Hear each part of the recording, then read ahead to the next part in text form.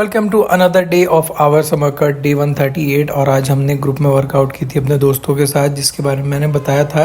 जो वीडियो अलग चैनल पर डलेगी पूरी, बट मैंने उसमें से अपना इंडिविजुअल पार्ट निकाला था जिसमें मैंने चेस्ट ट्रेन की है आज के दिन पे। संडे के दिन हमने दोपहर में ये वर्कआउट की थी। और प्री वर्कआउट तो नहीं, लेकिन हम कुछ थोड़ा बहुत जो है अपना ये एल-कार्निटीन और सिट्रुलिन और क्रिएटिन लेकर आए थे। सुबह से हमने कुछ नहीं खाया, सिर्फ पानी और ब्लैक कॉफ़ी पी थी वो सुबह सुबह। और हमारी जो इंटरमिटेंट फास्टिंग वाला पैटर्न है, एक दिन एक छोड़ के और या फिर 2 दिन करके एक दिन छोड़ के, वो हम कर रहे हैं अपना। जब तक एल-कार्निटीन हमारा चल रहा है हम इसे चलाएंगे अपना पूरे, क्या कहते हैं, जितने दिन एल-कार्निटीन चलेगा, फिर उसके बाद हम अपनी लीन बल्किंग चालू कर देंगे। तो आज हमने इनके साथ पहली एक्सरसाइज जो लगाई थी वो थी इंक्लाइन पर barbell pressing. Incline barbell pressing के हमारे 3 सेट्स लगे थे, जिसमें क्या कहते हैं कोई ड्रॉप सेट नहीं किया था। इनके हिसाब से मैंने ट्रेनिंग की थी, तो फिर इन्हीं के हिसाब से सेट्स परफॉर्म किए थे। इंटेंसिटी काफ़ी ठीक थी, बट नई एक्सरसाइजेज और नए पैटर्न्स थे, तो मैं बहुत हैवी वेट नहीं जा रहा था। नॉर्मली ही अपनी वर्कआउट कर रहा था, जितना मेरे से ऑप्टिमम हो पा रहा था, जितने पे मुझे फेलियर आ जा रहा था उस तरीके से। और कोशिश यही रहती थी कि जितना मतलब वेट उतना ही लूँ जितने पे आ जाए, चाहे कंट्रोल करके 4-5 रेपिटेशन एक्स्ट्रा निकाल कर वो स्ट्रेच और कॉन्ट्रैक्शन ले जाऊँ। बट जो ट्रेनिंग मैं करता हूँ वो मैं कुछ ज़्यादा ही इंटेंसिफाई करता हूँ, और उसमें बहुत ही ज़्यादा सोरनेस मुझे हो जाती है, क्योंकि मैं उस वेट पे और उतनी रेंज पर उन एक्सरसाइजेस को परफॉर्म करता हूँ। तो अभी ये जो है हमारा तीसरा सेट था, शायद तीसरे सेट का ये वीडियो है, जिसमें मैंने बाकी इंक्लाइन का मूवमेंट पूरा किया था अपना 3 सेट्स लगा के। और उसके बाद हम जाएंगे अपनी अगली एक्सरसाइज पर, जो कि हमारी होगी इंक्लाइन पर डंबल प्रेसिंग। तो सबसे पहले कोशिश यही करनी रहेगी आपको, चाहे जो भी आप लगा रहे हो, कि आपको पहले मूवमेंट समझनी है कि मूवमेंट कौन सी हो रही है, कैसी हो रही है, फिर उस हिसाब से आपको सेट को परफॉर्म करना है। अब जितना मेरे से हो सकता था मैं उतना पुश किया, और उसके बाद मैंने स्पॉटर से बोला कि वो उतना पुश करे, उतना हेल्प करवाए। तो उतना, क्या कहते हैं, एंड के रेपिटेशंस तो बिल्कुल आने बंद हो गए थे। जितना हो पाया उतना किया। अब थोड़ा इंक्लाइन, क्या कहते हैं, चौकी बारबल या कह लो इंक्लाइन बेंच प्रेसिंग जो है वो मैंने बहुत कम की है, मैंने डंबल से ही की है। पिछले काफ़ी टाइमों में आपने वीडियोस में भी देखा होगा, मैंने की ही नहीं है, ना के बराबर ही की है, क्योंकि मैं मशीन प्रेसिंग पर ज़्यादा ध्यान देता हूँ।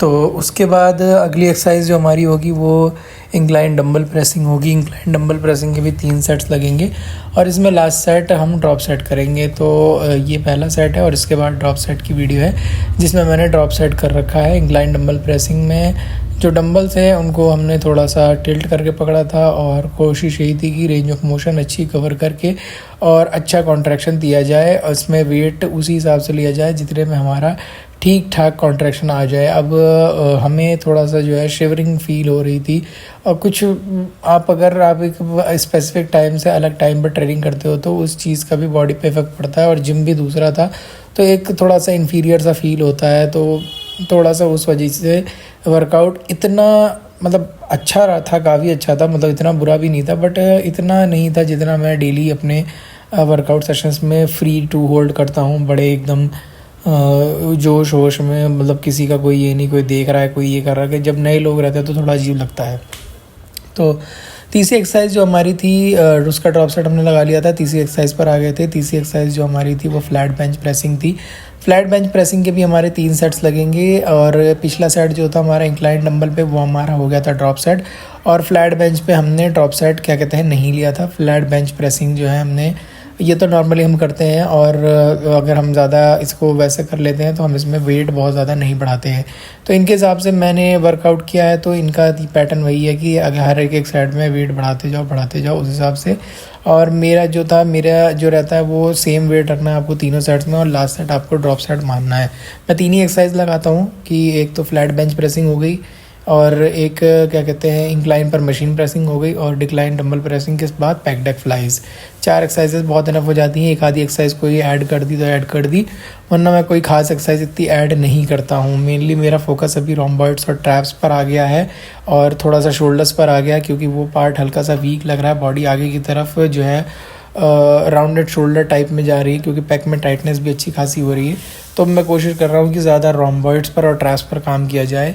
ताकि बॉडी जो है वो थोड़ा सा अपवर्ड या फिर कह लो कि थोड़ा फ्रंट थोड़ा स्ट्रेच रहे और पीछे की तरफ थोड़ा कॉन्ट्रैक्ट रहे, ताकि बॉडी पोस्चर भी बने और चेस्ट की शेप भी थोड़ी सी ठीक हो।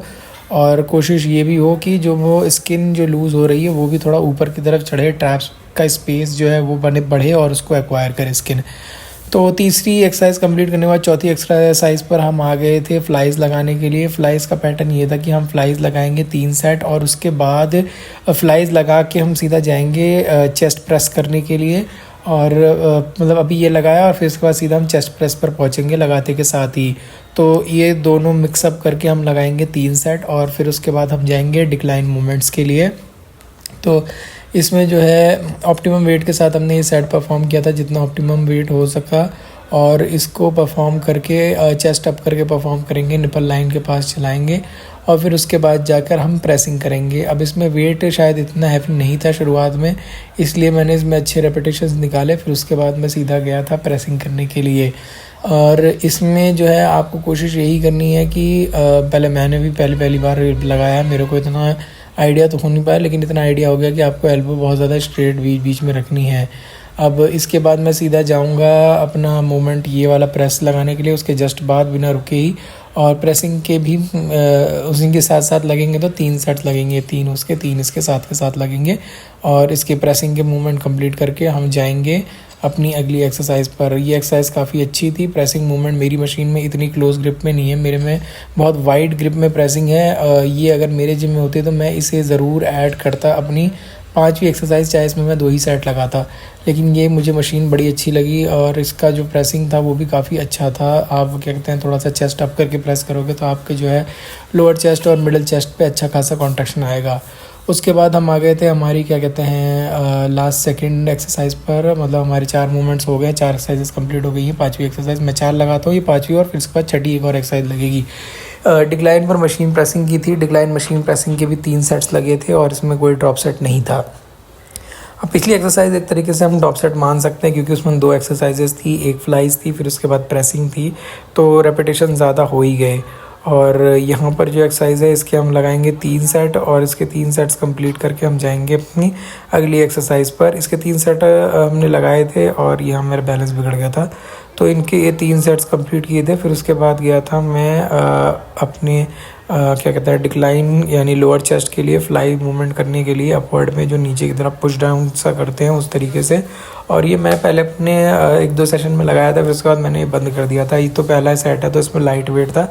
इसके भी 3 सेट्स लगाए, उसके बाद वर्कआउट हो गई कंप्लीट। अब इन लोगों ने कोई कार्डियो वार्डियो तो की नहीं और कार्डियो सेशन भी कंप्लीट नहीं हुआ। फिर इसके साथ इनके साथ मैं चला गया था, कुछ अपने डाइट वगैरह ली थी, थोड़ी सी डाइट ख़राब करी थी, बिरयानी खाई थी।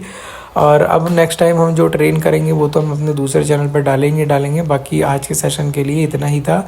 और अब हम जो है कल ट्रेन करेंगे शोल्डर ट्रेन करके उसकी वीडियो डालेंगे। तो आज की वीडियो में इतना ही। अब हम आपसे मिलते हैं कल, तब तक के लिए गुड बाय। और अगर आपको वीडियो पसंद आई तो वीडियो को लाइक करो, चैनल को सब्सक्राइब करो और जुड़े रहो हमारी जर्नी के साथ।